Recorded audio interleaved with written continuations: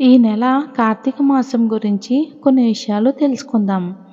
శివకేశవులకు ప్రీతికరమైన కార్తీక మాసంలో ఏ ఇంట చూసినా శివనామ స్మరణే, ఏ ఆలయంలో చూసినా కార్తీక దీపాలే.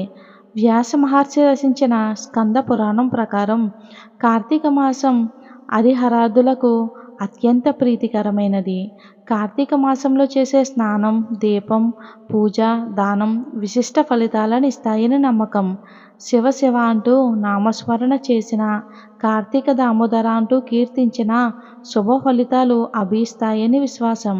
ముఖ్యంగా కార్తీక మాసంలో శివనామస్మరణ పూజ అత్యంత ఫలవంతం. సోమవారం చేసే స్నానం, పూజ, జపం ఆచరించిన వారు అశ్వమేధ యాగం చేసిన ఫలితం పొందుతారని విశ్వాసం. కార్తీక మాసంలో ఆచరించాల్సిన విధులు. కార్తీక మాసంలో అర్చనలు, అభిషేకాలతో పాటు స్నాన దానాదులు కూడా అత్యంత విశిష్టమైనవే. నదీ స్నానం, ఉపవాసం, దీపారాధన, దీపదానం, సాలగ్రామ పూజ, వన సమారాధనలు ఈ మాసంలో ఆచరించదగ్గ విధులు. కార్తీక మాసంలో శ్రీ మహావిష్ణువు చెరువులలో, దిగుడు బావులలో, పిల్ల కాలువలలో నివసిస్తాడు. అందుకే ఈ మాసంలో వ్యాపి, కుప, తాటకాదులలో స్నానం చేయడం ఉత్తమం. కుదరని పక్షంలో సూర్యోదయానికి ముందే స్నానం చేసి నీటిలలో గంగా, యమున, గోదావరి, కృష్ణ, కావేరి, నర్మదా, తపతి, సింధు మొదలైన నదులన్నిటినీ నీరు ఉందని భావించాలి. కౌముది మాసం. జ్యోతిష్య శాస్త్రం ప్రకారం కృతిక నక్షత్రం పౌర్ణమి రోజు ఉంటే దానిని కార్తీక మాసంగా పిలుస్తారు. నీటి మీద, మానవుల మనసు మీద చంద్రుని ప్రభావం అధికంగా ఉంటుంది. చంద్రుడు ఈ మాసంలో చాలా శక్తివంతంగా ఉంటాడు.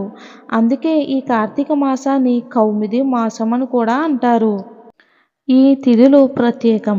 కార్తీక మాసంలో దశమి, ఏకాదశి, ద్వాదశి తిథులలో శ్రీ మహావిష్ణువును తులసి దళాలతోటి, కమలములతోటి పూజిస్తే జీవించినన్నాళ్ళు ధనానికి లోటు లేకుండా ఉండి సమస్త సౌఖ్యాలు కలగడంతో పాటు అంత్యమున జన్మరాహిత్యం కలుగుతుందని, అదేవిధంగా ఆరుద్ర నక్షత్రం రోజున మహాశివరాత్రి నాడు అంటే సోమవారం నాడు, కార్తీక పున్నమి నాడు రుద్రాభిషేకం చేసి బిల్వ దళాలతోటి, రుద్రాక్షలతోటి పూజించిన వారికి అనంతమైన సౌఖ్యాలతో పాటు అంత్యమున శివ సాయుధ్యం పొందుతారని కార్తీక పురాణం చెప్తుంది. కనీసం ఒక్క రోజైనా కార్తీక మాసమంతా పూజలు చేయలేని వారు కనీసం ఏకాదశి, ద్వాదశి, పూర్ణిమ తిథులలో కనీసం ఒక్క సోమవారం రోజైనా సరే నియమ నిష్టలతో ఉపవాసం ఉండి గుడికి వెళ్ళి దీపం వెలిగిస్తే చాలు, పూర్తి పుణ్యఫలం లభిస్తుంది. కార్తీక పౌర్ణమి.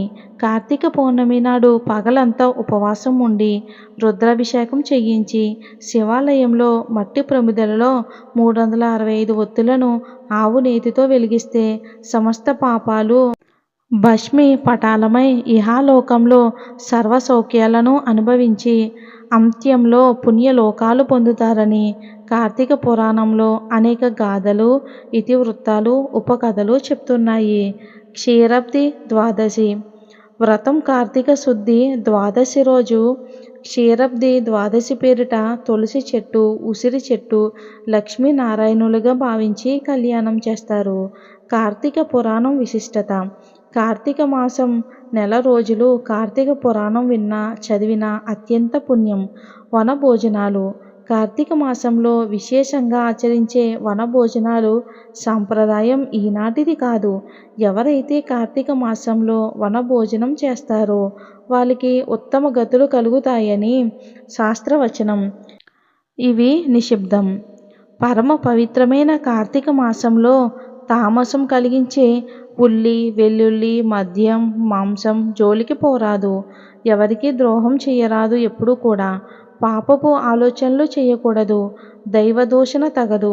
ఈ నియమాలు పాటిస్తూ పవిత్ర కార్తీక మాసంలో శివకేశవులను పూజిద్దాం.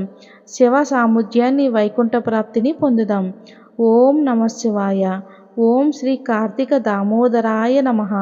ముఖ్య గమనిక: పైన తెలిపిన వివరాలు కొందరు నిపుణులు వివిధ శాస్త్రాల్లో పేర్కొన్న అంశాల ఆధారంగా అందించినవి. అంతేకాని వీటిలో ఎలాంటి శాస్త్రీయ ఆధారాలు లేవు. ఈ విషయాన్ని మీరు గమనించాలి. దీన్ని ఎంతవరకు విశ్వసించాలి అనేది పూర్తిగా మీ వ్యక్తిగత విషయం. మరొక మంచి వీడియోలో మళ్ళీ కలుద్దాం.